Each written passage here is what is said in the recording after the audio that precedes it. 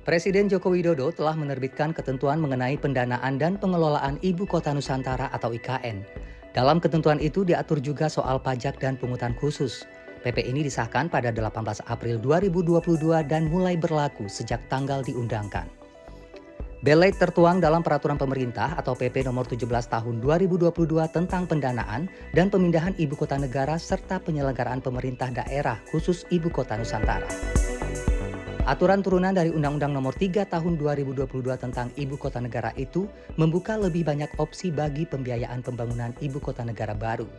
Tim Komunikasi IKN Sidik Pramono menjelaskan, skema pajak khusus IKN akan dipungut setelah Ibu Kota Negara resmi dipindahkan. Kemudian nanti akan dicerminkan juga dalam rencana semacam rencana pendapatan APBN, APBD gitu ya. Kalau di dalam penyelenggaraan pemerintahan. Jadi itu nanti pasti akan dihitung kembali, di exercise kembali biaya-biaya apa yang harus disiapkan untuk penyelenggaraan pemerintahan, anggarannya seperti apa, dan kemudian juga anggaran pos-pos pemasukan termasuk pajak dan pungutan khusus yang bisa dipungut oleh pemerintah.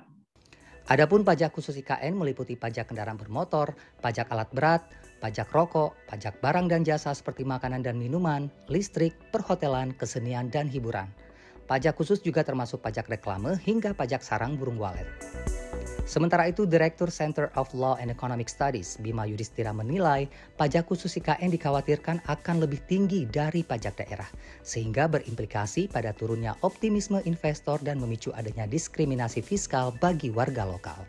Bentuk diskriminasi fiskal ini juga nantinya bisa berakibat siapapun yang akan mendatangi IKN untuk menetap di IKN, padahal tujuannya pembangunan ibu kota negara adalah menarik penduduk baru, menarik transmigran dari Pulau Jawa untuk ada di IKN, pengusaha juga, wirausaha, tetapi akhirnya ini menjadi semacam disinsentif. Artinya justru mengurangi minat untuk pindah ke ibu kota negara.